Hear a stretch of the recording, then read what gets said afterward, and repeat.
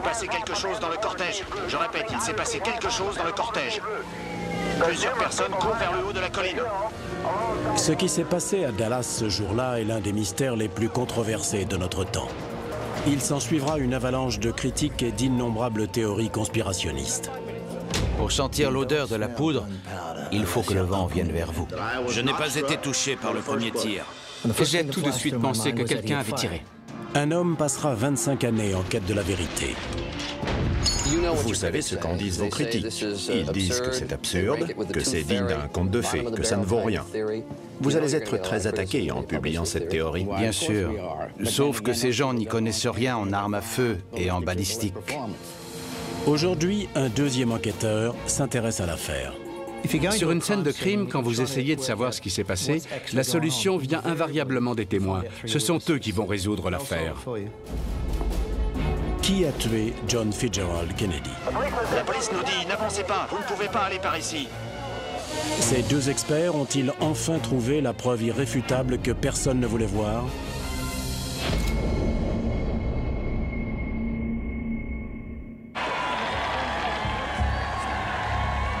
Les principaux faits du plus célèbre assassinat de l'histoire sont simples. Le comité d'accueil a remis à Madame Kennedy un bouquet de roses rouges. En pleine campagne présidentielle, le président fait étape à Dallas.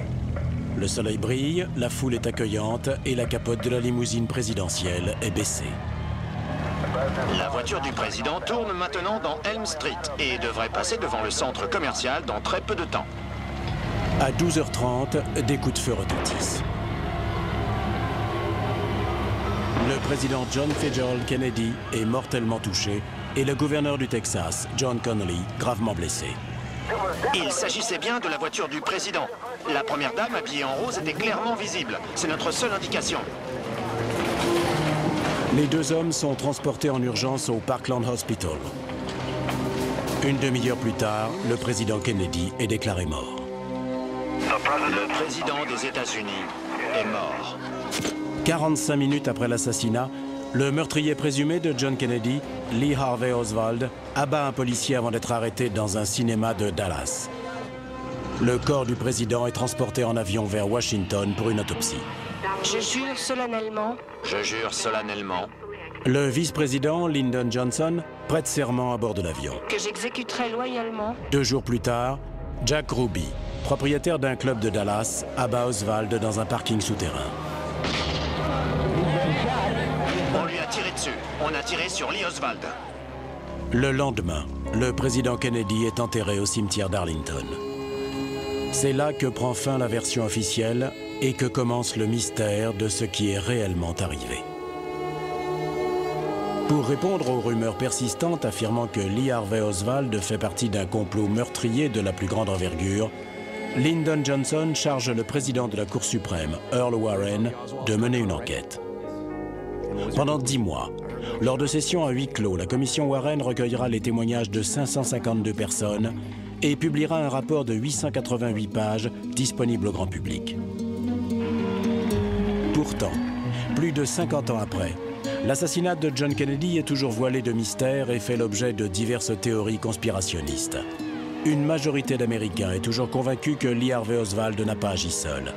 Comment un crime commis devant des centaines de personnes, filmé par au moins 30 d'entre elles, suivi par des millions d'autres à la télévision et plus documenté qu'aucun autre dans l'histoire, peut-il rester irrésolu? Nombreux sont ceux qui ont essayé d'apporter une réponse, mais peu avaient un CV aussi impressionnant que Colin McLaren. Après avoir passé 18 ans dans la police australienne, McLaren fait une découverte surprenante lorsqu'il se focalise sur l'affaire JFK. J'ai appris qu'aucun enquêteur de police n'avait jamais rouvert le dossier pour analyser l'ensemble des preuves et des témoignages. Je voulais être le premier. Colin McLaren est l'un des plus célèbres policiers d'Australie. Dans les années 1980 et 90, il a organisé une opération d'infiltration de grande envergure qui a permis l'arrestation de 11 chefs mafieux. Il a toujours agi en tant qu'agent infiltré, ce qui lui confère un regard unique dont les autres enquêteurs manquaient peut-être. Il part justement à la rencontre du plus célèbre d'entre eux. En premier lieu, il fallait que je voie la scène de crime. Quand je suis arrivé sur place, c'était un véritable voyage dans le temps. Il y avait le dépôt de livres, la fenêtre du 6e étage, le pont routier, le désormais célèbre talus herbeux, tout était là. Lorsque le cortège a tourné dans Elm Street en venant de Houston Street, il s'est retrouvé dans un virage descendant qui forme une sorte de zigzag. C'est un endroit très inhabituel et assez compliqué pour espérer toucher sa cible ne serait-ce qu'une fois. J'ai levé les yeux vers le 6e étage du dépôt et j'ai eu beaucoup de mal à comprendre comment des dizaines d'agents des services secrets avaient pu ne pas voir cet homme armé. J'ai découvert que plus de 10 autres témoins avaient vu une silhouette, un homme avec un fusil à cette fenêtre, mais les services secrets non. Puis, je suis monté au 6e étage. C'était un peu surnaturel et très intimidant. C'est pourtant mon métier. J'ai vu de très nombreuses scènes de crime, mais celle-ci, c'est un peu la scène de crime ultime, la plus mystérieuse de toutes. Pénétrer dans ce lieu m'a permis de beaucoup mieux comprendre. C'était à la fois dérangeant et très intéressant. Le perchoir d'Oswald était beaucoup plus petit que ce que j'avais imaginé en voyant les photos. Il n'y avait que quelques cartons sur lesquels il pouvait s'appuyer en rechargeant son vieux fusil à verrou très encombrant de la Seconde Guerre mondiale et pour viser sa cible. Sans oublier un facteur très important, l'adrénaline, la pression et le stress qu'il a dû ressentir lorsqu'il a eu le président dans son viseur. Ce qui me frappe le plus dans cette affaire, c'est que 50 ans plus tard, alors qu'une majorité d'Américains rejettent les conclusions de la commission Warren, elle constitue encore aujourd'hui la version officielle, à savoir qu'un déséquilibré nommé Lee Harvey Oswald a tiré 3 balles en moins de 6 secondes et tué JFK. Puis, il s'est fait tuer par Jack Ruby. Il n'y a eu aucun complot et les 2 hommes ont agi seuls. Colin sait qu'il n'est pas le premier à remettre en cause les conclusions du rapport Warren. En 1967, la chaîne CBS les avait déjà mises à l'épreuve. Nous avons fabriqué une tour et une cible mouvante reproduisant exactement la distance et la hauteur mesurées sur le Dealey Plaza. Grâce à un moteur électrique, la cible se déplace à 18 km/h, soit la vitesse approximative du convoi présidentiel. 11 tireurs d'élite volontaires ont chacun à leur tour tiré 3 balles sur la cible mouvante. Est-il physiquement possible de tirer 3 cartouches en 5 secondes et 6 dixièmes en utilisant un fusil à verrou Mannlicher Carcano de 1938 comme celui d'Oswald? Ce n'était pas l'arme idéale pour ce genre de mission. Soyons clairs, c'était de la camelote. Elle venait d'un surplus de l'armée. Elle était extrêmement lourde. Elle s'enrayait facilement et le viseur n'était pas correctement aligné. La crédibilité du rapport Warren repose sur ce test. Un ingénieur en armement a obtenu le meilleur score. 3 balles dans la cible en 5 secondes et 2 dixièmes. Il s'appelle Howard Donahue. Il lui aura fallu 3 essais, mais grâce à ses efforts, CBS conclut que la théorie officielle est plausible. Le test a donc été réussi par un expert en balistique. Mais c'était son 3e essai. Il a eu le temps de s'entraîner. Oswald, lui, était pressé. Il a sorti son arme, il a visé, il a tiré. Il n'a pas eu l'occasion de s'entraîner. Il devait être gonflé d'adrénaline, sous pression, stressé et probablement mort de peur. Je ne peux pas croire qu'il ait touché sa cible 3 fois en aussi peu de temps. Howard Donahue n'y croit pas non plus. Il est tireur d'élite, mais également expert en balistique. Sa participation au test de CBS le lance dans une enquête personnelle qui deviendra une obsession. C'est sur cette quête visant à réexaminer les faits de l'assassinat de JFK que s'appuie aujourd'hui Colin McLaren.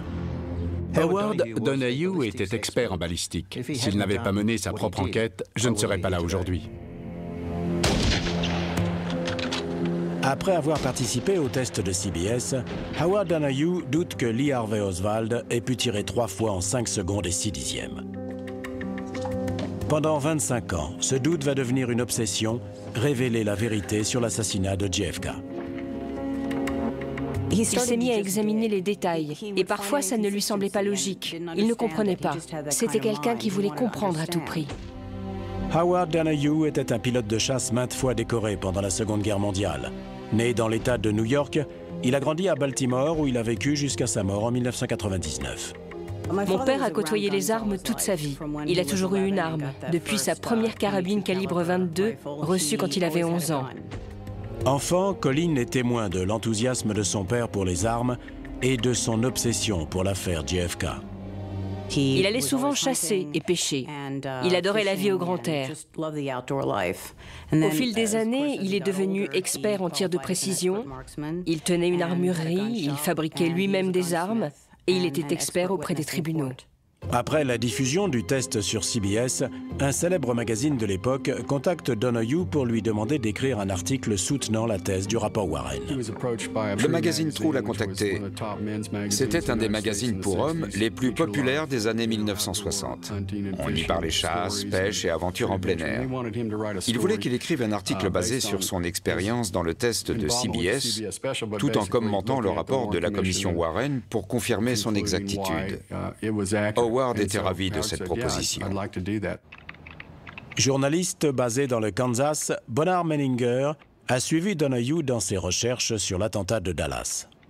Il ne voulait s'appuyer que sur les preuves empiriques, en laissant de côté les diverses théories conspirationnistes, pour étudier les données balistiques, les trajectoires des tirs, les dégâts causés par les balles, et voir où cela le mènerait.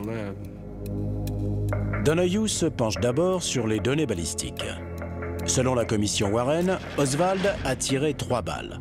La première, la désormais célèbre balle unique, a traversé le cou du président Kennedy et a blessé le gouverneur du Texas, John Connally. Le deuxième tir a manqué sa cible. Le troisième a touché JFK à la tête et l'a tué. Donahue décide d'examiner chacun des 3 tirs. Le tir désigné par la commission comme étant le premier est probablement le plus controversé. D'après la commission, la balle a touché le président à la base du cou, à droite de la colonne vertébrale. Elle est ressortie par la gorge, juste en dessous de la paume d'Adam, puis elle a touché John Connally dans le dos, juste en dessous du niveau de l'aisselle droite, brisant la 5e côte sur 10 cm, avant de ressortir juste en dessous du téton droit, de traverser le poignet droit et de finir sa course dans la cuisse gauche. Pour de nombreux critiques, la position des 2 hommes dans la limousine élimine d'office la théorie de la balle unique. Il leur semble totalement absurde qu'une balle venue du 6e étage par la droite ait pu transpercer la gorge du président avant de changer radicalement de direction pour pénétrer à l'extrême droite du dos de Connally. Donahue est d'abord enclin à admettre que la théorie de la balle unique de la commission est improbable. Puis il découvre que Connally et sa femme Nellie étaient assis sur des strapontins, des sièges non alignés avec la banquette arrière sur laquelle est assis le couple présidentiel. Les 2 strapontins sont plus proches du centre de la voiture et plus bas que la banquette. La position du gouverneur est donc différente de ce que l'on avait imaginé au départ. Donahue place Connally là où il se trouvait réellement, le torse légèrement tourné. La trajectoire correspond alors parfaitement. Dès lors, le parcours de la balle trouve une explication logique. Donahue vient de faire une découverte majeure. La théorie de la balle unique avancée par la commission Warren, souvent tournée en ridicule, est en fait exacte malgré les calculs de trajectoire totalement erronés de la commission. Mais une autre incohérence dans le rapport continue d'intriguer Donahue. D'après les critiques, la balle censée avoir touché Kennedy puis Connally est en trop bon état pour avoir traversé 2 personnes. On a retrouvé une balle au Parkland Hospital qui était probablement celle qui avait atteint le gouverneur. Elle a été retrouvée sur une civière relativement intacte et les critiques se demandaient comment une balle avait pu traverser 2 personnes et causer autant de blessures sans subir plus de dégâts. Howard s'est rendu aux archives nationales à Washington et a inspecté la balle à la loupe.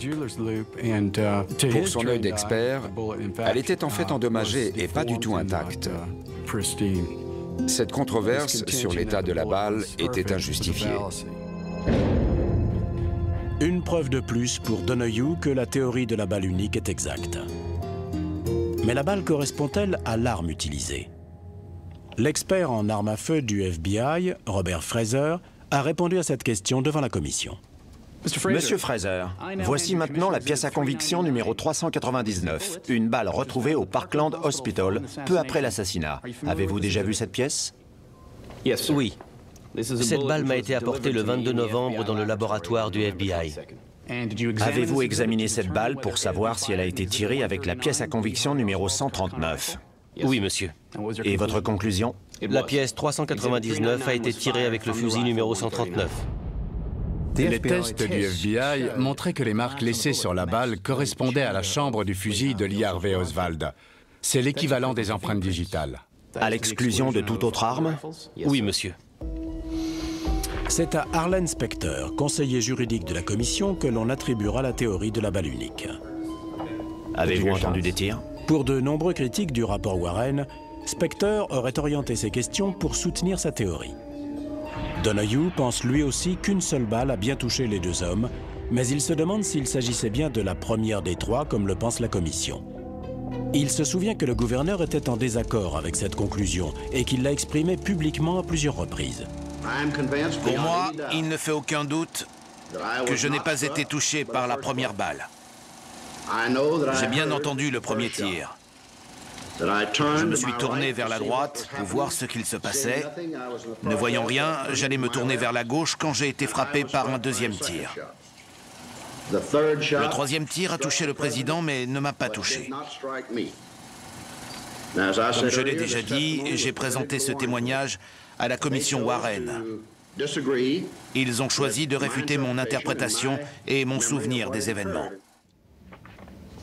Donahue découvre que le témoignage d'un agent des services secrets, Roy Kellerman, contredit également l'ordre des tirs retenus par la commission. Roy Kellerman se trouvait à l'avant de la limousine présidentielle. Il a décrit ce qu'il avait entendu après le premier tir. On a signalé un bruit de pétard. Quand j'ai tourné la tête, j'ai entendu une voix à l'arrière.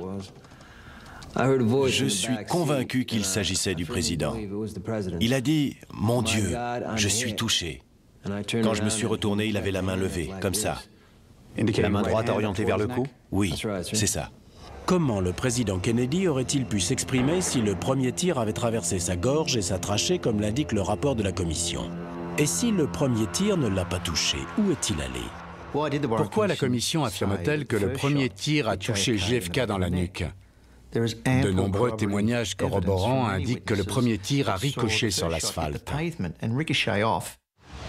Virgie Rachley était comptable au dépôt de livres scolaires. Dans sa déposition devant la commission, elle affirme avoir vu une balle rebondir sur la chaussée. Donc vous étiez bien devant l'immeuble du dépôt de livres scolaires? Oui. Et qu'avez-vous vu? Lorsqu'il est passé devant nous, nous avons entendu un bruit. Et j'ai cru qu'il s'agissait de pétards, parce que j'ai vu quelque chose heurter le sol. À quoi cela ressemblait-il? Eh bien, comme je vous l'ai dit, j'ai cru que c'était un pétard. J'ai vu comme une étincelle. Est-il possible qu'un fragment de cette balle ait atteint Kennedy, le faisant s'exclamer « Mon Dieu, je suis touché » avant qu'il ne soit frappé par la deuxième balle? C'est ce que pense Donahue, désormais convaincu que la commission Warren s'est trompée dans l'ordre des deux premiers tirs. Plus il progressait, plus il trouvait d'incohérences et plus il se posait de questions. Il ne pouvait plus faire machine arrière.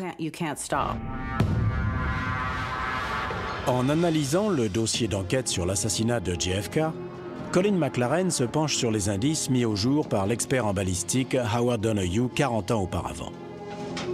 Donahue pense que la théorie de la balle unique de la commission Warren est exacte, mais que la trajectoire décrite est erronée. Donahue pense également que la commission s'est trompée dans l'ordre des tirs. Il poursuit son investigation et tourne ensuite son attention vers la balle qui sera fatale à JFK. Le docteur James Humes est pathologiste à l'hôpital naval de Bethesda. C'est lui qui va diriger l'autopsie du président quelques heures seulement après son assassinat. Lorsqu'il passe devant la commission Warren, on lui demande de décrire les dégâts infligés par la troisième balle. La troisième blessure externe au moment de l'examen était une importante dépression sur la partie droite du crâne. Cette dépression concernait à la fois le cuir chevelu, la boîte crânienne et une partie du cerveau qui était apparente. Selon Humes, la blessure s'étend sur 10 à 12 cm de l'avant à l'arrière du crâne et de l'oreille jusque dans les cheveux. Cette énorme blessure est un mystère complet. Alors qu'une des balles transperce le corps de 2 individus et ressort presque intacte, la balle qui touche le président à la tête éclate en morceaux. Pourquoi ces 2 balles ne se sont-elles pas comportées de la même façon? Sur les radios que nous avions faites auparavant, on pouvait observer de multiples fragments minuscules de matériaux radio-opaques dispersés dans toute la masse cérébrale. Approximativement combien de fragments avez-vous observé sur ces radios? Je dirais entre 30 et 40 fragments. Ce n'est pas l'œuvre d'une balle chemisée. Il s'agirait plutôt d'une balle à fragmentation conçue pour exploser violemment à l'impact.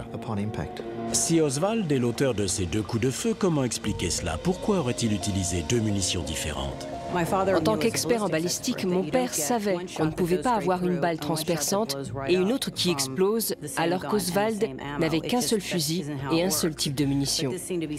Ça ne marche pas comme ça. Mais tout le monde semblait omettre ce détail ou simplement l'ignorer. Pour lui, il était essentiel. C'était la clé de toute l'affaire. Colin McLaren veut constater par lui-même la différence entre ces types de munitions, en commençant par les balles chemisées utilisées par Oswald. Voici une balle chemisée de calibre 6 mm 5.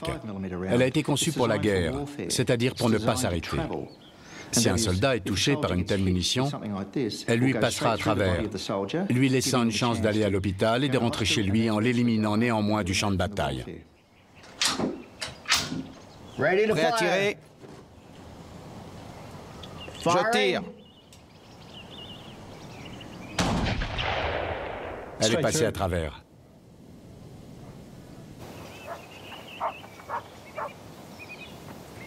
Voilà, Colin. C'est l'effet typique d'une balle chemisée. Elle a traversé, nette et sans bavure. Voici maintenant une balle à fragmentation à pointe creuse, conçue pour exploser à l'impact. Le résultat est effrayant. Air de tir dégagé. Attention aux yeux et aux oreilles. Prêt à tirer.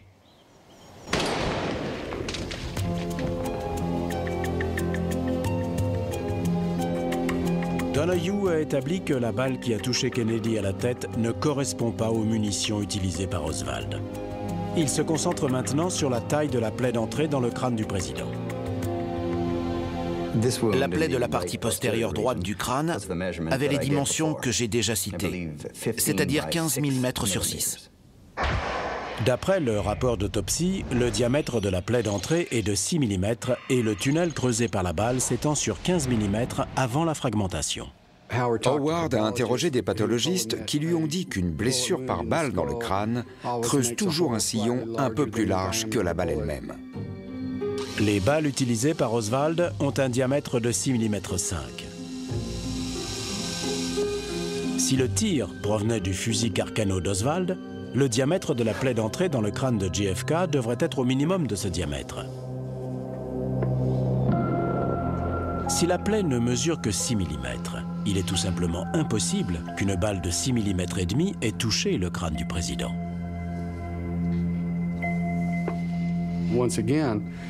Une fois de plus, Howard avait remarqué quelque chose dont personne ne semblait avoir mesuré l'importance. C'était pourtant crucial. Donoghue en conclut que le tir mortel a été causé par une balle explosive à fragmentation provenant d'une autre arme.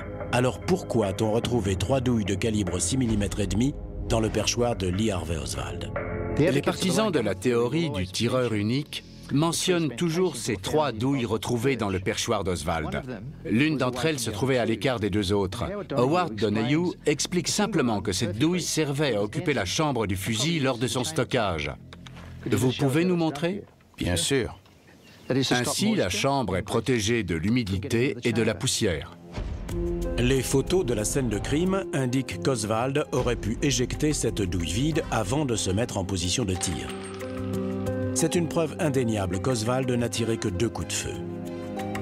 Mais si le tir fatal à la tête n'a pas été tiré par Lee Harvey Oswald, d'où venait-il? Donohue examine la trajectoire de la balle pour trouver la réponse.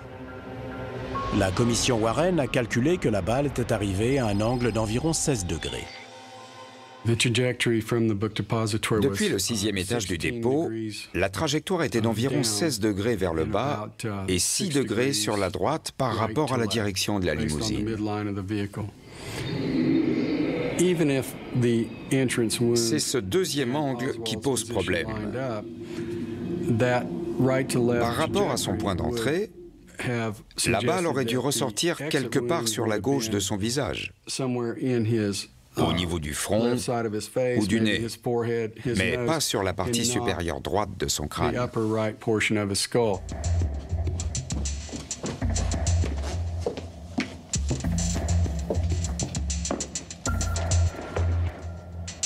Donohue décide de tester la trajectoire lui-même.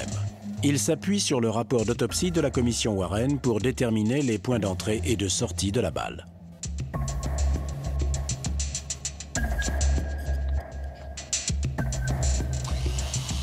Il perce un trou au point de sortie en espérant remonter la trajectoire jusqu'à son point d'origine.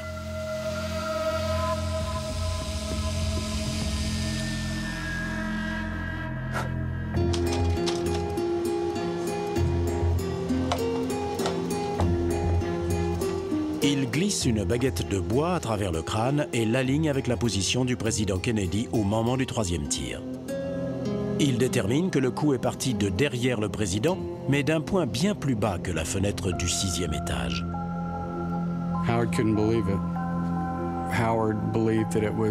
Howard n'en revenait pas. En se basant sur les points d'entrée et de sortie de la balle déterminés par l'autopsie, il lui apparaissait tout simplement impossible que la balle qui avait touché JFK à la tête soit partie de la position de tir d'Oswald. Ça n'avait aucun sens.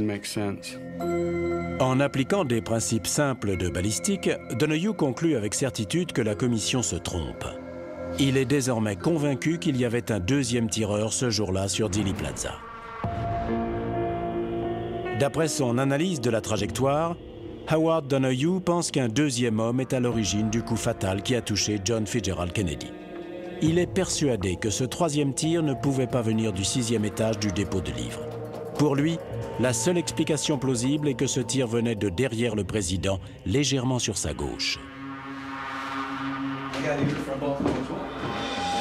Pour avoir un deuxième avis, il contacte le docteur Russell Fisher, qui a été chargé par le procureur général des États-Unis de réexaminer l'autopsie de JFK.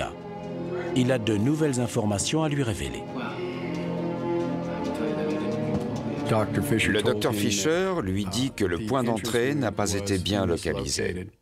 Il est bien plus haut, 10 cm au moins, dans cette zone. Oui, c'est beaucoup plus haut.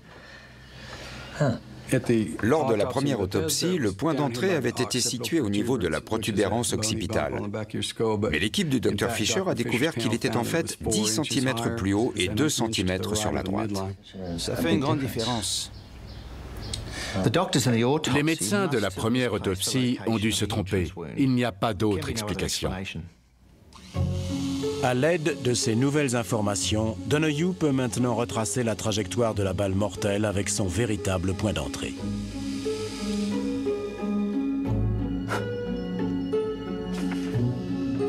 Il ne pouvait pas imaginer ce qu'il allait découvrir. Il a tracé cette nouvelle trajectoire sur ses schémas et il a découvert qu'elle passait par le siège arrière gauche de la voiture des services secrets qui suivait la limousine présidentielle et dans laquelle se trouvaient plusieurs agents. Je me tiens à l'endroit exact où JFK a été mortellement touché. Avec de nouvelles informations et de nouvelles photos, Howard Donohue a fait une découverte sensationnelle qui nous permet de mieux comprendre cette affaire. D'après la trajectoire de la balle, le tir ne venait pas de la fenêtre du 6e étage du dépôt, mais de bien plus bas, derrière moi, où se trouvait la voiture des services secrets. Donohue écrit alors au service secret et leur demande le nom des agents qui se trouvaient dans la voiture escorte, les armes qu'ils portaient et leur calibre. On lui répond que ce type d'information ne peut être divulgué en dehors des revolvers de calibre 38 que portent tous les agents des services secrets, et qu'en outre, aucun agent n'a tiré de coup de feu au moment de l'assassinat. Donoghue étudie l'affaire d'un point de vue balistique, tandis que Colin McLaren y apporte son expérience d'enquêteur. Il retrouve les preuves que des coups de feu ont été tirés au niveau de la rue. 10 témoins affirment avoir senti une odeur de poudre au moment de la fusillade, au niveau de la rue. L'agent de police, Earl Brown, se trouvait sur un pont ferroviaire.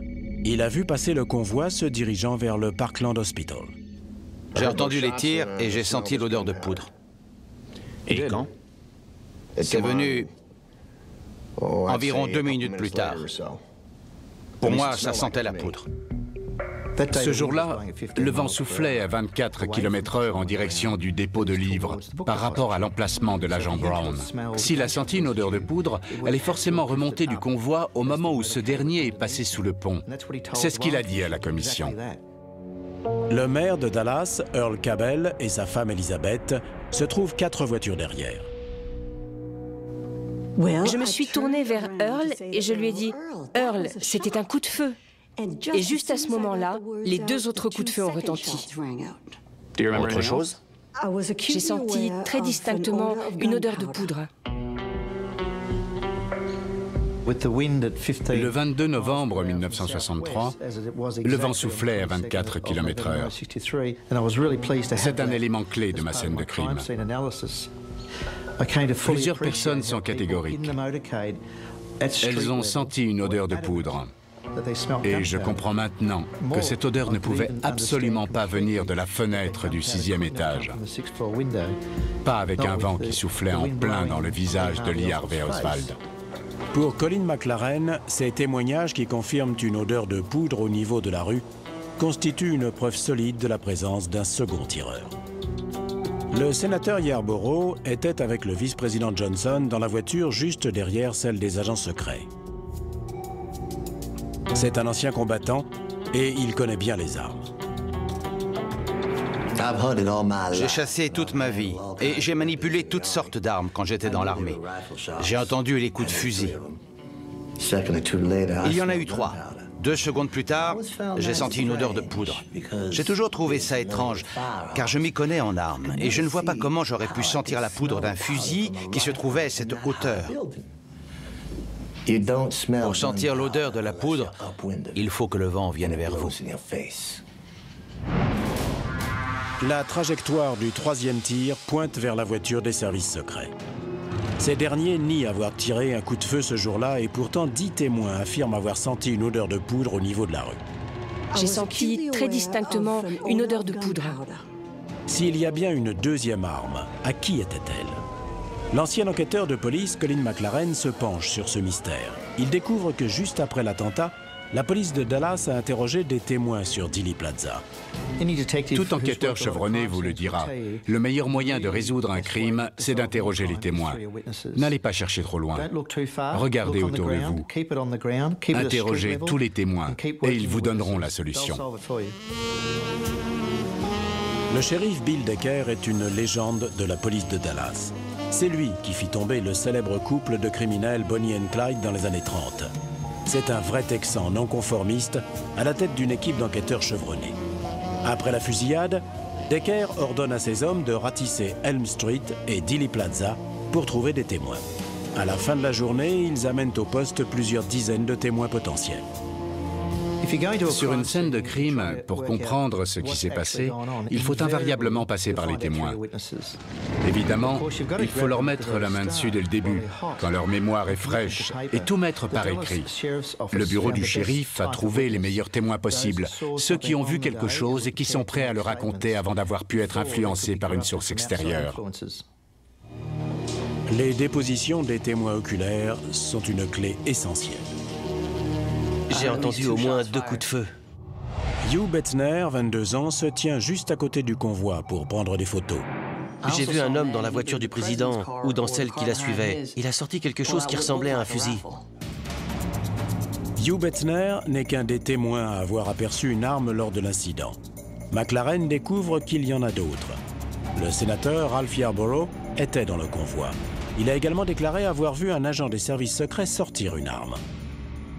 J'ai entendu 3 coups de feu, pas un de plus. Tous semblaient venir de derrière moi. À droite. Certains agents des services secrets ont regardé en arrière vers la droite. C'est de là que semblaient venir les détonations. Un des agents assis à l'arrière de la voiture, qui était devant nous, a sorti une arme automatique. Et il a regardé en arrière. Colin McLaren se demande pourquoi cette arme, aperçue à moins de 4 mètres du président, n'a pas fait l'objet d'une enquête. Le maire de Dallas, Earl Cabell, se trouvait dans une décapotable 4 voitures derrière la limousine présidentielle. Qu'avez-vous vu ou entendu, monsieur? J'ai entendu les tirs.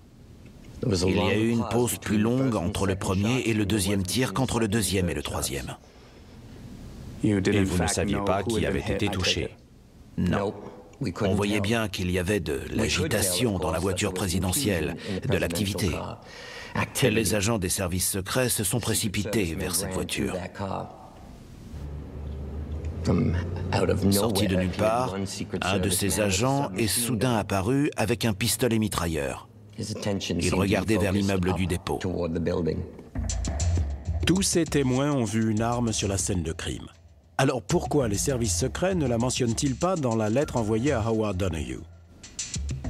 Même l'agent des services secrets, Winston Lawson, déclare avoir vu un de ses collègues une arme à la main. Juste après le signalement des coups de feu, j'ai aussi remarqué un agent debout avec une arme automatique à la main. J'ai d'abord pensé que c'est lui qui avait tiré, car c'était la seule arme que j'avais vue jusque-là. Qui est cet agent? Howard Donahue comprend que le mystérieux second tireur était en fait sous son nez depuis le début dans la voiture escorte des services secrets. Il n'existe qu'une seule image de lui, un fusil d'assaut à la main. Son nom est mentionné à plusieurs reprises dans le rapport Warren. Howard a retrouvé un passage décrivant un certain agent Hickey pointant son fusil AR-15 tout autour de lui sans trouver sa cible. Et quand il a découvert ça, Howard n'en revenait pas. L'agent Lawson se trouve dans la première voiture du convoi, devant le président. Il témoigne. J'ai vu l'agent Hickey debout dans la voiture escorte avec une arme automatique. J'ai d'abord cru qu'il tirait sur quelqu'un. En recoupant plusieurs témoignages du rapport Warren, Donahue identifie l'arme comme étant un fusil d'assaut AR-15. La balle qui, selon lui, avait touché Kennedy à la tête correspondait au type de munitions utilisées dans les AR-15, des balles à fragmentation qui explosent à l'impact. En parcourant le rapport Warren, Donahue a trouvé 11 témoins qui avaient vu l'AR-15 dans les mains de George Hickey. 2 témoins l'ont vu au moment du 3e et dernier coup de feu. Et il y a eu des tirs? Oui, monsieur. Combien? 3 coups de feu. Ensuite, j'ai vu arriver la voiture présidentielle. Et lorsqu'elle est passée en dessous de moi, j'ai regardé en bas et j'ai vu un agent à l'arrière. Il agitait une arme dans tous les sens. On aurait dit un pistolet mitrailleur. Le président était étalé sur la banquette. Howard Donahue pense avoir enfin identifié le deuxième tireur. Il décide de rendre publique cette découverte controversée. Howard avait été contacté par un journaliste du Baltimore Sun qui voulait faire un article sur lui.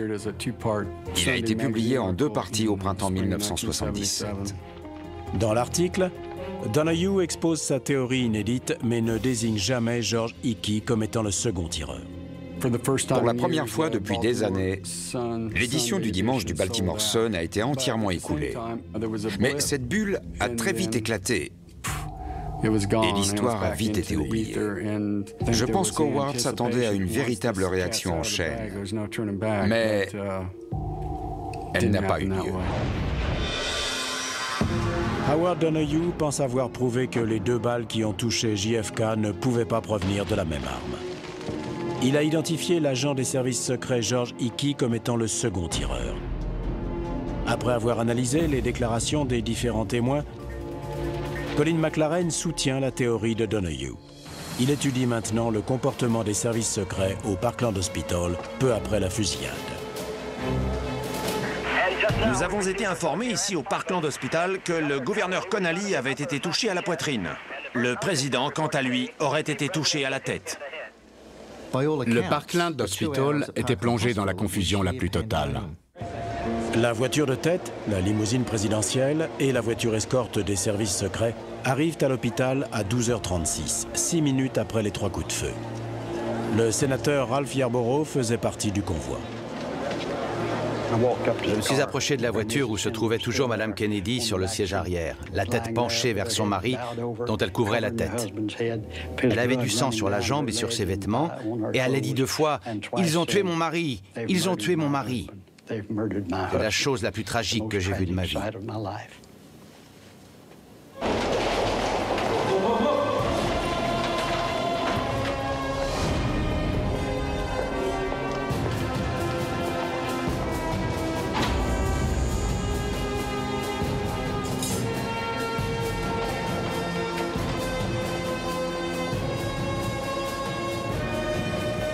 L'agent des services secrets, George Hickey, armé de son fusil AR-15, reçoit l'ordre de protéger le vice-président Johnson à l'hôpital.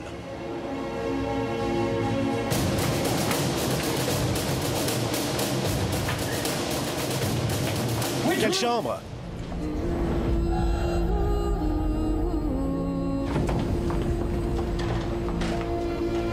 C'est là.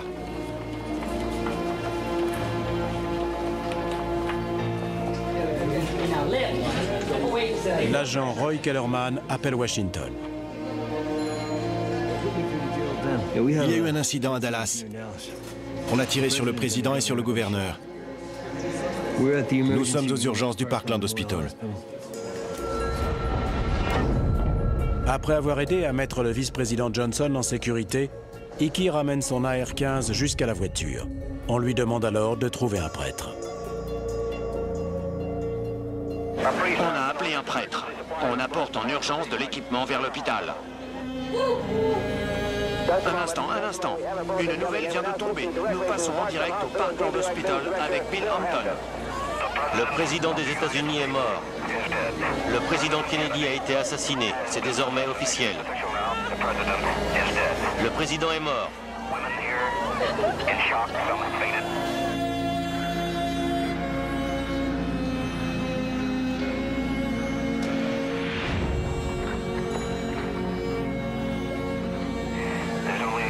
Un seul mot peut décrire ce que nous voyons ici. C'est le deuil, un immense deuil.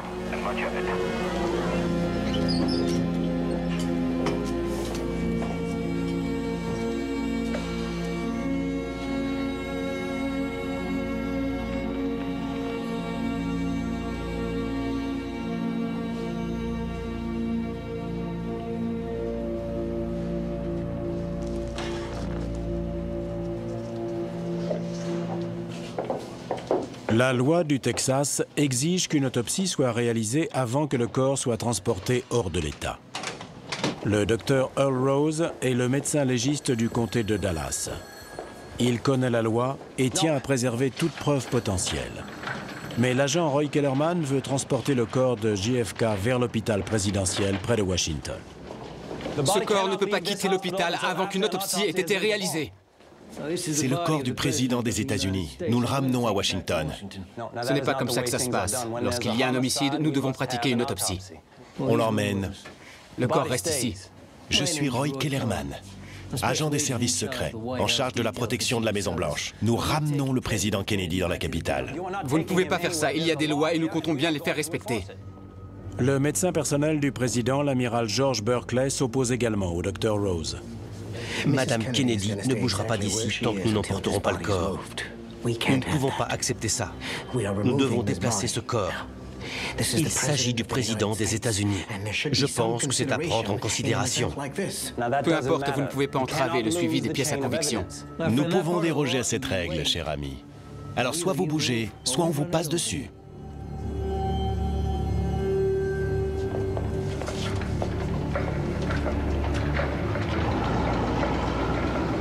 Les services secrets escortent le corps du président depuis le Parkland Hospital jusqu'à l'avion présidentiel Air Force One. À bord, Lyndon Baines Johnson prête serment pour devenir le nouveau président. La charge de président des États-Unis. La charge de président des États-Unis. J'ai été frappé par la façon très brutale dont les services secrets ont évacué le corps de Dallas. Était-ce simplement une réaction de panique au milieu du chaos ambiant? Ou bien était-ce une tentative délibérée de cacher ce qui s'était réellement passé au Dealey Plaza? Pour comprendre, Colin McLaren reconstitue le parcours des services secrets jusqu'à l'assassinat.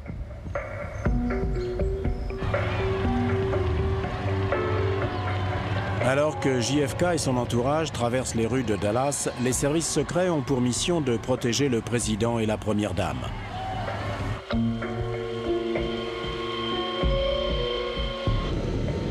Le président Kennedy a déjà fait 83 déplacements au cours de cette seule année. Pour sa protection rapprochée, il n'est pas rare que les hommes cumulent 80 heures supplémentaires par mois.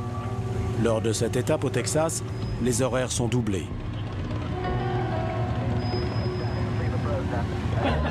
La nuit précédant l'attentat, plusieurs agents des services secrets sortent s'amuser. Ces hommes forment une équipe dévouée et soudée. Dans leur travail, les journées sont longues, la pression constante, et ils ne voient pas souvent leur famille. Les crises cardiaques, l'alcoolisme et même le suicide font partie des risques du métier.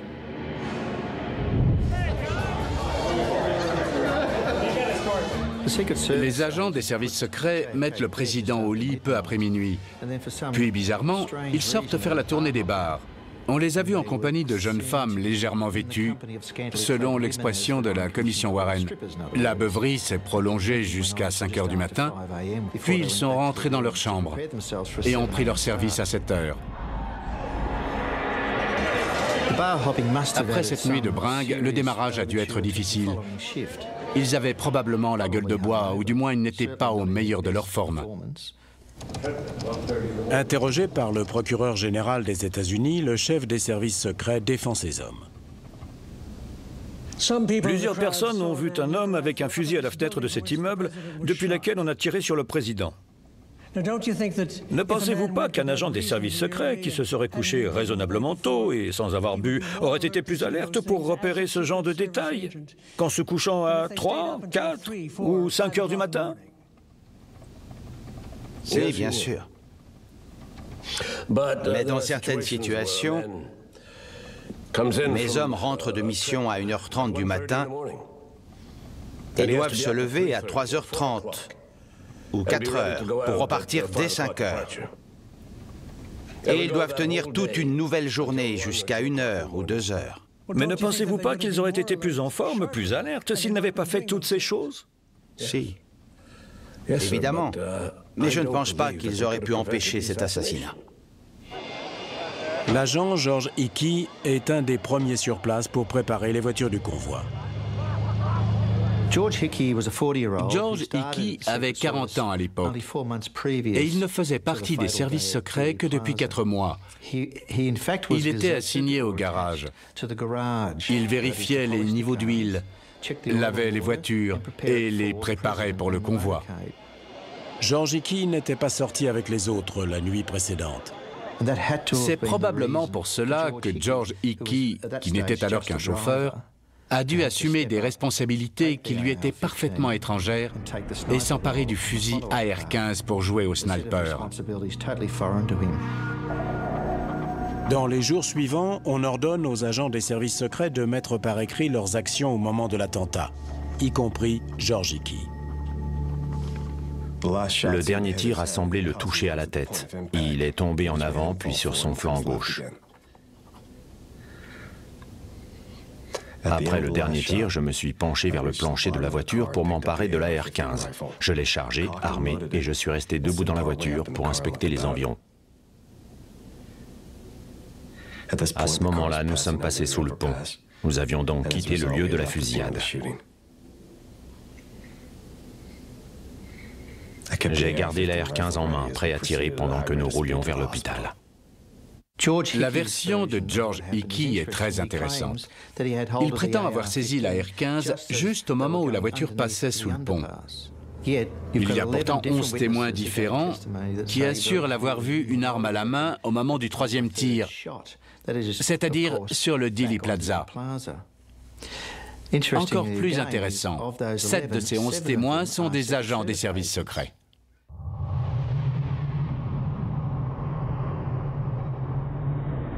Sam Holland se trouvait sur le pont au moment de la fusillade. Il a effectué une déposition sous serment dans les bureaux du shérif de Dallas. Après le premier coup de feu, un des hommes des services secrets s'est levé avec une mitraillette à la main. Et puis, il est retombé sur son siège. Dans son témoignage devant la commission, l'agent Roy Kellerman confirme que cette arme était présente dans le convoi. Nous avons un AR-15 sorti de son étui sur le plancher de la voiture et il est prêt à tirer. Prêt à tirer signifie que l'arme est chargée, armée, une balle dans la chambre et la sécurité enclenchée. Tout ce que George Hickey aurait eu à faire, c'est retirer la sécurité, viser et tirer. Mais ce n'est pas ce qu'affirme l'agent Hickey dans sa déposition écrite. Je me suis emparé de la R-15, je l'ai chargé, armé, et je suis resté debout dans la voiture pour inspecter les environs. Pourquoi Hickey affirme-t-il avoir chargé et armé l'AR-15 alors que selon Kellerman, il était déjà prêt à tirer? Le chef des services secrets est appelé à témoigner. Dites-moi si je me trompe. Alors que vous suivez le convoi, vos hommes scrutent les immeubles des alentours, n'est-ce pas? Oui, monsieur. Ont-ils des fusils mitrailleurs dans une de leurs voitures? Non. Warren sait par d'autres témoignages que ce n'est pas vrai. Pour des raisons de sécurité, j'aimerais... Rowley évite la question. Maintenant, nous n'en avons plus. Il me semblait avoir compris que vous aviez des armes. Oui, nous avions de nouvelles armes. La toute dernière arme dans l'arsenal des services secrets, la R-15, est donc retirée immédiatement après Dallas. De son propre aveu, l'agent George Hickey avait dans les mains une puissante arme d'assaut lorsque les coups de feu ont retenti à Dallas le 22 novembre 1963. Après le dernier tir, je me suis penché vers le plancher de la voiture pour m'emparer de la R-15. Mais plusieurs témoins contredisent sa version. 11 témoins différents ont déclaré l'avoir vu très clairement avec une arme à la main au moment du troisième tir. Si le coup fatal a été tiré par Hickey, le comportement des services secrets devient d'autant plus intrigant. Pourquoi ont-ils refusé qu'une autopsie soit pratiquée au Parkland Hospital de Dallas? Air Force One se pose à la base aérienne d'Andrews, près de Washington, à 17h58. La circulation a été bloquée pour permettre un accès direct à l'hôpital naval de Bethesda, à 45 km de là. Le médecin personnel de JFK, le docteur George Berkeley, est également le directeur de cet hôpital. Berkeley demande au pathologiste en chef de l'hôpital, James Humes, de pratiquer l'autopsie. Humes et son équipe ont conscience que la qualité de leur travail sera cruciale pour toute poursuite judiciaire à l'encontre du meurtrier. J. Edgar Hoover a nommé 2 agents du FBI qui assisteront à toute l'opération jusqu'à l'embaumement. James Siebert et Francis O'Neill connaissent l'exigence de leur patron et noteront tout ce qui se passe dans la salle d'autopsie. Les médecins légistes doivent enregistrer tous les prélèvements et établir un suivi précis des pièces à conviction. D'ordinaire, les autopsies sont réalisées par une petite équipe, mais cette autopsie-là n'a rien d'ordinaire. Il y avait au moins 30 personnes dans la salle d'autopsie.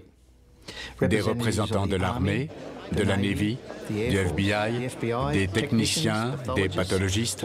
Et toute cette foule était là pour l'autopsie. Tout le monde parlait en même temps, se disputait.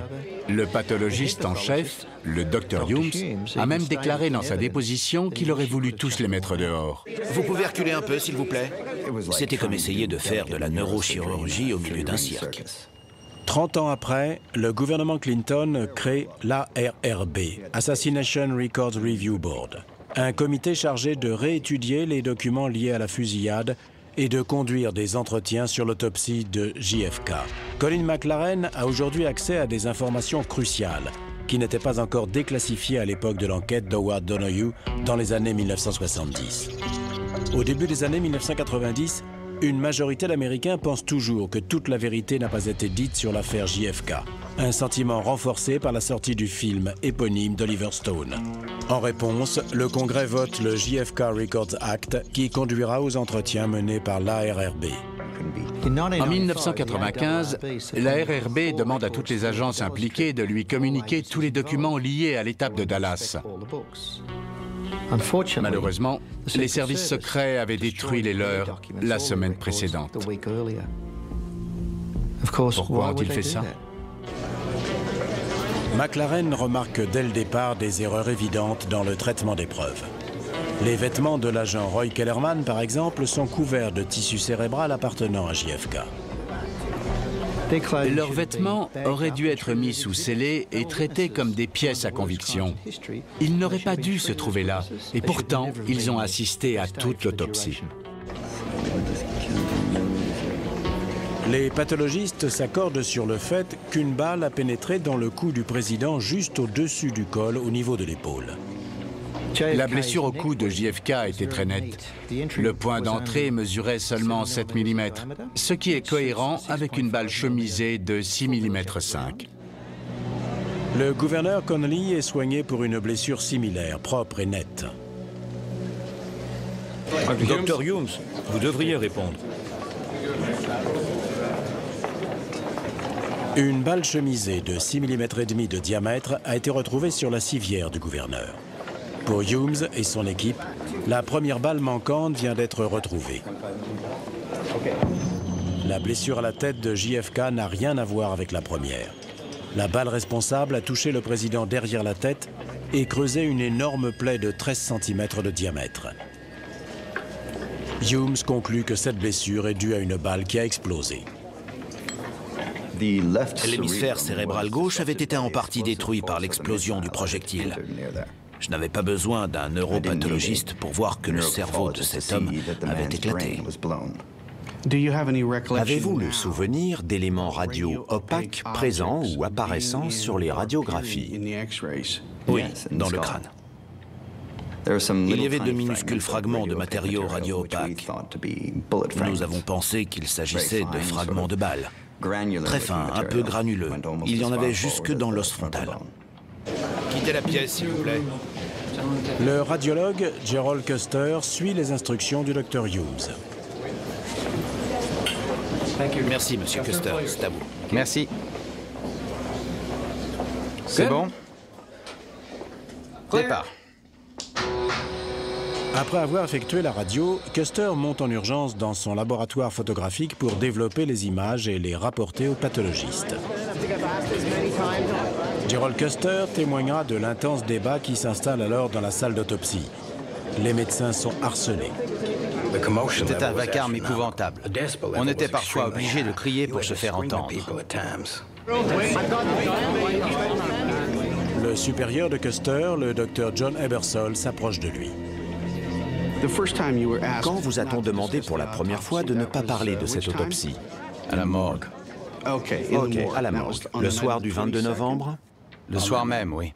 D'accord. Et qui vous a demandé de ne pas en parler? Le docteur Ebersol. Il a été très clair. Si vous deviez traduire le plus fidèlement possible ce qu'il vous a dit, ce serait? Vous la bouclez. D'accord. Ça a le mérite d'être clair. Colin McLaren a découvert des témoignages appuyant la théorie de Howard Donohue, selon laquelle l'agent des services secrets George Hickey aurait tiré dans la tête du président Kennedy. Ayant aujourd'hui accès à des documents déclassifiés, il découvre toute l'étendue des manipulations des services secrets lors de l'autopsie. John Stringer était chargé de prendre toutes les photographies pour documenter l'autopsie. Il s'est retrouvé dans un chaos indescriptible et s'en est plaint. John Stringer prend de nombreuses photos. Il est assisté par Floyd Ribby, un jeune photographe. Ribby affirmera avoir pris une centaine de clichés en utilisant 8 ou 9 pellicules, des preuves cruciales pour l'enquête. Lorsque vous arriviez au bout d'une pellicule, qu'en faisiez-vous? Je la retirais de l'appareil et je la donnais à un des agents secrets présents. Avez-vous revu ces pellicules par la suite? Non. À votre connaissance, avez-vous pu, ou M. Stringer a-t-il pu quitter la salle d'autopsie avec une des pellicules? Non. Non, nous n'aurions pas pu sortir avec ça. Ils ont même pris les recharges qui n'avaient pas été utilisées. J'avais encore une pellicule 35 mm en réserve dans ma poche. Et ils l'ont prise aussi. Ils ont tout pris. Le FBI notera que 22 pellicules couleur et 18 noirs et blancs ont été utilisées. Elles sont confiées au service secret. L'agent du FBI, Frances O'Neill, se souvient les avoir remises à Roy Kellerman. O'Neill dira plus tard que les services secrets avaient promis d'envoyer des copies de tous les clichés au FBI. Ils ne l'ont jamais fait. Ribby lui-même ne verra jamais les photos qu'il a prises. Il confie à l'ARRB que selon lui, certaines images ont disparu. Il a même assisté à une audition publique sur ce sujet, mais n'a jamais pu retrouver ces clichés. Il raconte également comment les services secrets ont entravé le déroulement de l'autopsie. Il y avait un officier et un civil qui devaient être le médecin personnel de Kennedy. Dites-moi, et ces deux personnes donnaient-elles des directives au docteur Ebersol? Oui, tout à fait. Quel genre de directives? La famille Kennedy ne souhaite pas que vous poursuiviez cette opération. Vous voulez qu'elle entre maintenant? Elle ne partira pas d'ici de toute façon. On a la Maison Blanche sur le dos, que voulez-vous qu'on fasse? Bon, ça suffit, vous avez 5 minutes. C'est simple. Il fallait faire une autopsie, peu importe si elle était réalisée correctement. C'était simplement pour le dossier. Reconstituer les faits, ce n'était pas la priorité. Sans cesse interrompu par l'agitation ambiante, le Dr Humes termine son autopsie sans être satisfait de son travail. Il place le cerveau du président dans une boîte en acier pour procéder à de plus amples analyses. Mais il ne le fera jamais. Les lames préparées par le Dr Humes ont également été remises au service secret. Il ne les a jamais revues.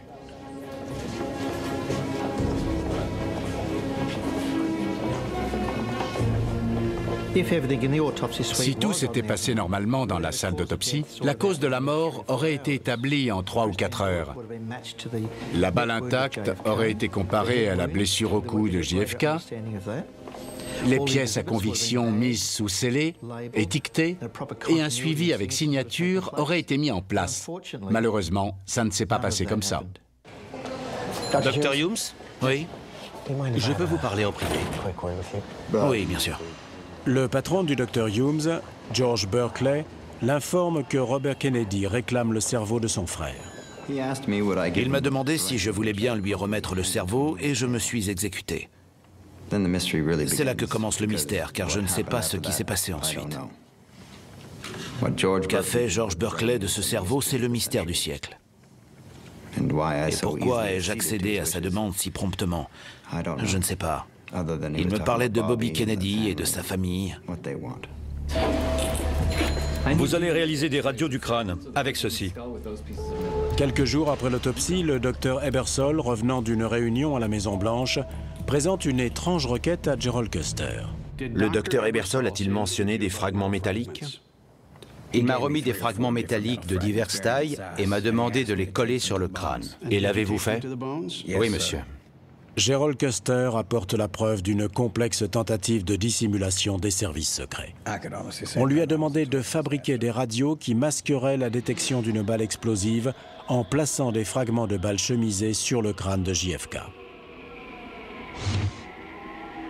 Le docteur Ebersol vous a demandé de coller ces fragments sur le crâne après être revenu de la Maison-Blanche? Vous en êtes absolument certain? Absolument. C'est la première chose qu'il m'a dit en entrant. Je veux des radios du crâne avec ces fragments collés. On a demandé à Gerald Custer de falsifier des radios.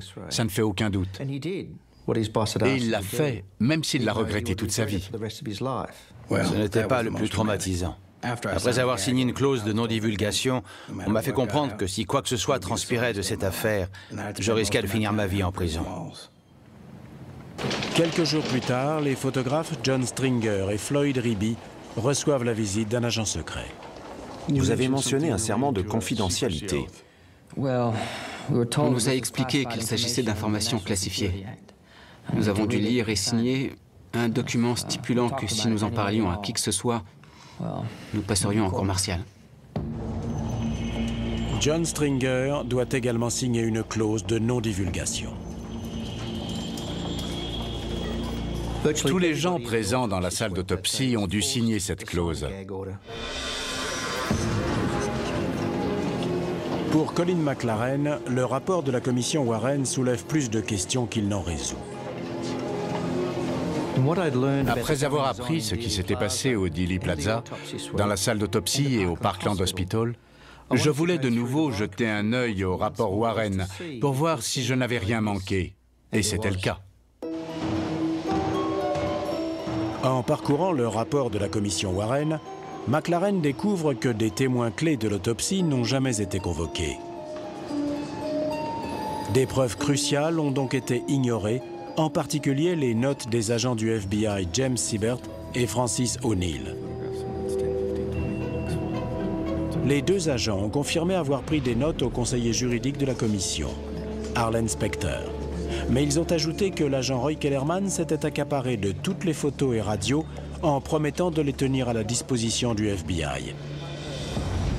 La plupart de ces images n'ont jamais refait surface. Avez-vous vu des agents du FBI prendre des notes? Oui, absolument. Siebert et O'Neill. Ils n'ont pas cessé d'écrire dans leur carnet.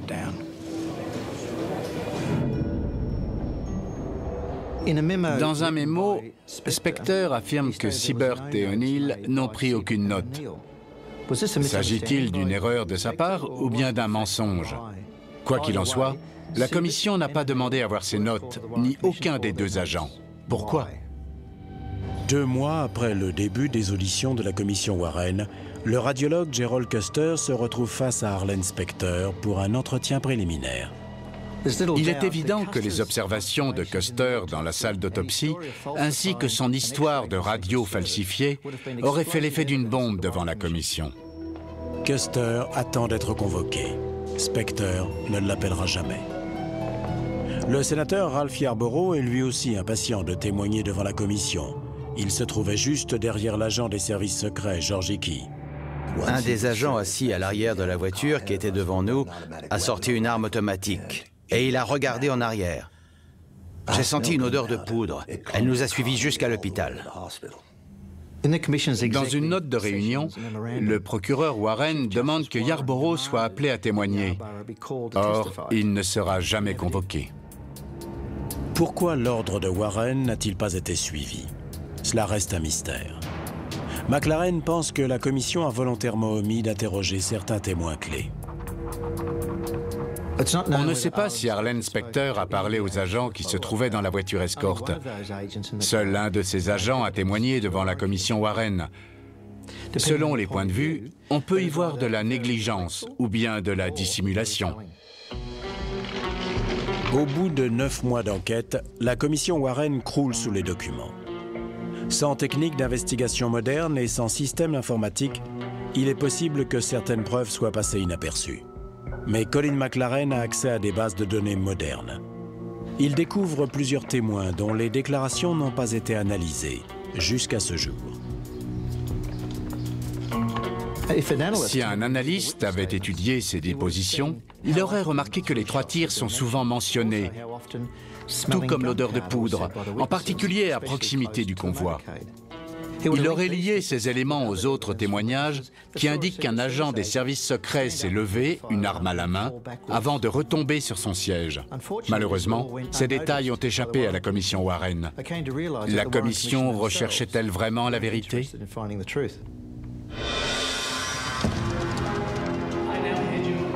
Colin McLaren devine une commission peu soucieuse de découvrir la vérité. C'est pour lui la seule conclusion logique au vu des nombreux témoins oculaires ignorés, pourtant convoqués dans les bureaux du shérif de Dallas. Les 2 hommes dans la voiture se sont levés et au second coup de feu, ils sont retombés dans leur siège et la voiture a accéléré. Marvin Faye Chisholm parle-t-elle de la voiture escorte lorsqu'elle mentionne ces 2 agents retombant en arrière? Nous ne le saurons jamais. Elle n'a jamais été appelée à témoigner. J'ai vu comme un flash rose, comme quelqu'un qui se levait avant de se rasseoir dans la voiture. Ce flash rose pouvait être le canon de l'AR-15 au moment d'un tir, ou bien le coup de feu lui-même, mais personne n'a cherché à le savoir. J'ai vu un homme dans la voiture du président, ou dans celle qui la suivait. Il a sorti quelque chose qui ressemblait à un fusil. Monsieur Betzner a pris 3 photographies qui ont été saisies par les hommes de Decker. Ce monsieur n'a jamais été convoqué par la commission et ces clichés n'ont jamais été examinés. Gene Hill se trouvait à seulement 6 mètres de JFK au moment de l'assassinat. J'ai vu le président se tenir la poitrine et tomber en avant. Je crois aussi avoir vu des hommes en civil riposter. Gene Hill a été convoquée par la commission Warren. Elle a dit avoir vu les agents riposter. Arlen Specter n'a pas poursuivi dans cette voie. Il ne lui a pas demandé ce qui lui avait fait penser cela. Il a changé de sujet. Pourquoi n'aurait-il pas voulu savoir ce qu'elle entendait par riposter? Le shérif Decker était dans la voiture de tête. Il regardait vers la voiture escorte. Ses observations auraient pu être décisives pour la commission. Malheureusement, il n'a pas été convoqué. L'omission la plus évidente dans cette enquête concerne le convoi lui-même. Derrière la voiture escorte se trouvaient encore 12 véhicules, dont un seul n'était pas une décapotable. Les passagers étaient des journalistes, des dignitaires, et tous regardaient vers l'avant. La commission n'a pas jugé bon de tous les interroger. Elle n'en a convoqué que 6. Parmi ces 6 témoins, 4 ont senti une odeur de poudre au niveau de la rue. Pourquoi ne pas les avoir tous convoqués? Témoins jamais convoqués, questions jamais posées et indices ignorés. McLaren en conclut que le gouvernement américain tente de dissimuler le tir fatal de l'agent George Hickey. Mais pourquoi Hickey aurait-il tiré sur le président des États-Unis? L'expert en balistique, Howard Donohue, donne une réponse simple. L'agent Hickey s'est penché vers le siège arrière pour attraper la R-15. Il l'a remonté vers lui et il a désactivé la sécurité. À cet instant, il est tombé et le coup est parti, touchant le président Kennedy à l'arrière de la tête. Y a-t-il eu un complot pour éliminer JFK? Howard ne se prononçait pas sur ce sujet. Mais il a montré que le coup ne pouvait pas venir du talus, car il n'y avait ni point d'entrée sur le visage de Kennedy, ni point de sortie à l'arrière de la tête. Il ne pouvait pas venir non plus du pont routier, car 12 personnes s'y trouvaient à ce moment-là. Howard a prouvé qu'Oswald n'avait pas tiré ce dernier coup de feu, et qu'en toute probabilité, il s'agissait de l'agent Hickey. Accidentellement, dans la panique du moment, il a voulu réagir, faire son travail. Il avait probablement déjà repéré Oswald et s'apprêtait à faire feu. Et puis, il y a eu ce coup du sort.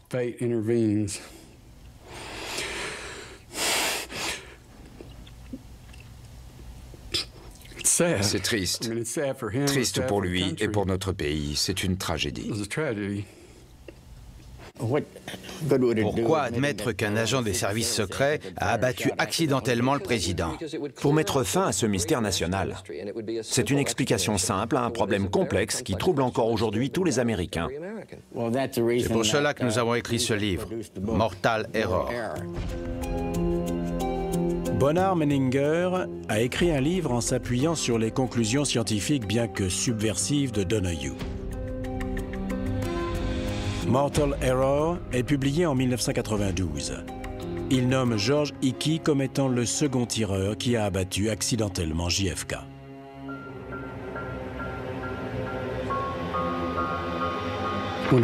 Lorsque Howard et moi avons commencé à travailler sur ce projet, j'ai immédiatement envoyé une lettre recommandée à George Hickey et je n'ai jamais eu de réponse. Alors que nous avions presque terminé le livre, je lui ai renvoyé un courrier pour lui expliquer qu'il avait tout intérêt à me rencontrer, car le livre allait sortir. L'éditeur lui a également écrit. Et là encore, pas de réponse. La signature de George Hickey sur l'accusé de réception prouve qu'il a bien reçu ces lettres, mais il ne répond pas. Quand j'ai lu ce livre, j'ai été bouleversé. Il s'agissait d'un des meilleurs, si ce n'est le meilleur livre sur un crime authentique que j'ai jamais lu. Son expertise balistique était incroyable et inattaquable. J'aurais eu envie de le rencontrer pour l'aider dans son travail. Mais les ventes sont décevantes et le livre sombre vite dans l'oubli. Je pense qu'il était déçu que le livre ne marche pas. Les gens étaient plus intéressés par l'homme au parapluie, les balles de glace ou encore le talus herbeux. Ils voulaient du mystère, des complots. Sa théorie n'était que mathématique et balistique, rien de très vendeur. 3 ans après la publication de Mortal Error, George Hickey porte plainte contre Howard Donahue, Bonham Menninger et leur éditeur. Pourquoi avoir attendu aussi longtemps? Si on m'accusait d'avoir causé la mort accidentelle du président des États-Unis, je réagirais en quelques jours. Lui, il a attendu plus de 2 ans. C'est surprenant. La plainte n'a finalement pas abouti en raison du délai de prescription. Il a attendu trop longtemps et le juge l'a rejeté. Le livre est réédité en 1996. Hickey porte de nouveau plainte. En 1998, un arrangement à l'amiable est conclu. En cas de plainte, peu importe qu'elle soit justifiée ou non, il faut répondre. L'affaire a traîné en longueur et a coûté à mon père et à son éditeur beaucoup d'argent et de temps. Ils ont pris une décision pragmatique. Nous avions déjà trop dépensé pour affronter ces avocats et il fallait en finir. Si l'affaire était passée devant un tribunal, tout aurait été mis au jour. Tous les dossiers sur la R-15, les rapports d'incidents, les documents des services secrets concernant l'équipe en service ce jour-là. Cela aurait pu être catastrophique pour les services secrets et pour George Hickey. Howard a continué de chercher un public intéressé par son histoire et par le livre. Il cherchait toujours des indices pour étayer sa thèse, mais en fait, l'aventure touchait à sa fin. Howard Donahue s'éteint 1 an plus tard. Sa quête de vérité aura duré 25 ans. Colin McLaren a choisi d'enquêter sur cette célèbre et mystérieuse affaire pour prouver la remarquable théorie de Donahue. Les 2 hommes s'accordent à dire que le 3e tir qui a touché Kennedy est le résultat d'un tragique accident. J'en suis convaincu. 3 coups de feu retentissent. L'auteur du premier tir est Lee Harvey Oswald. Il manque sa cible, mais un fragment de la balle rebondit au sol et touche le président qui s'exclame alors « Mon Dieu, je suis touché ». L'agent George Hickey se retourne et regarde vers la fenêtre du 6e étage. Oswald tire à nouveau. La 2e balle touche le président dans le dos, elle ressort par le cou et touche le gouverneur Connolly pour ressortir au niveau de la poitrine. L'agent Hickey s'empare du fusil AR-15 et retire le cran de sûreté. Au moment où la voiture accélère, il perd l'équilibre et tire accidentellement. La voiture présidentielle fonce vers le Parkland Hospital et une immense entreprise de dissimulation commence alors. Cette reconstitution obtenue scientifiquement est corroborée par de nombreux témoignages jusqu'alors ignorés. J'ai vu le président se tenir la poitrine et tomber en avant. Je crois aussi avoir vu des hommes en civil riposter. Après le premier coup de feu, un des hommes des services secrets s'est levé avec une mitraillette à la main. 11 personnes ont déclaré avoir vu le fusil d'assaut dans les mains de George Hickey. 7 d'entre elles appartiennent aux services secrets. McLaren et Donahue identifient également 10 témoins déclarant avoir senti une odeur de poudre au niveau de la rue après ou au moment de la fusillade. Pour sentir l'odeur de la poudre, il faut que le vent vienne vers vous. Pour McLaren, le comportement des services secrets au Parkland Hospital indique qu'ils savent que l'un d'entre eux a tiré sur le président. Les diverses intimidations physiques ou verbales rapportées, ainsi que leur détermination à empêcher une autopsie immédiate malgré la loi, vont dans le même sens. Alors soit vous bougez, soit on vous passe dessus. Et que dire de l'autopsie de Bethesda? Occupez-vous de ce qui vous regarde. La pièce bondée, les interruptions constantes des services secrets, l'autopsie réalisée sous pression, les photos manquantes, les radios falsifiées et le cerveau disparu d'un des hommes les plus célèbres de l'histoire, tout cela ressemble à une conspiration. Si nous en parlions à qui que ce soit, nous passerions en cour martiale. Enfin, la commission Warren et ses témoins non convoqués, ses témoignages manquants, ses questions sans réponse et ses indices ignorés. Pour Colin McLaren, la commission avait son tireur, dont le meurtre était une aubaine, elle avait l'arme du crime et un rapport d'autopsie plausible, englobant les 3 tirs. Affaire classée. George Hickey ne sera jamais convoqué pour être interrogé sur sa déclaration. Il ne s'exprimera jamais publiquement sur cet attentat. Et il s'éteint en 2005. Je pense que si mon père pouvait rencontrer George Hickey aujourd'hui, il lui dirait « Je suis désolé de ce qui vous est arrivé ». Mon père s'en est tenu aux faits, aux indices et à son expertise en balistique. Malheureusement, tout cela l'a dirigé vers M. Hickey. Mais il n'a jamais eu l'intention de le dépeindre comme un sale type ou de le dénigrer d'une quelconque façon. Il avait beaucoup de sympathie pour M. Hickey. Je trouve tragique que la vie de John Kennedy ait dû se terminer de cette façon. Et j'ai le sentiment qu'il n'a jamais cessé de mourir au fil des années. Il n'a pas pu reposer en paix. Je l'admirais énormément. Et en sa mémoire, j'aimerais voir cette affaire résolue une fois pour toutes.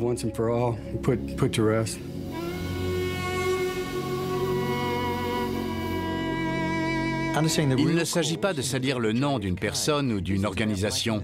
Il s'agit de connaître la vérité sur la mort de JFK et de donner au peuple américain une réponse définitive. Une réponse qui se résume simplement à un tragique accident, combiné à une périlleuse tentative d'assassinat. Il est peut-être temps de voir les choses en face et de tourner paisiblement la page sur ce qui reste la scène de crime la plus débattue de l'histoire.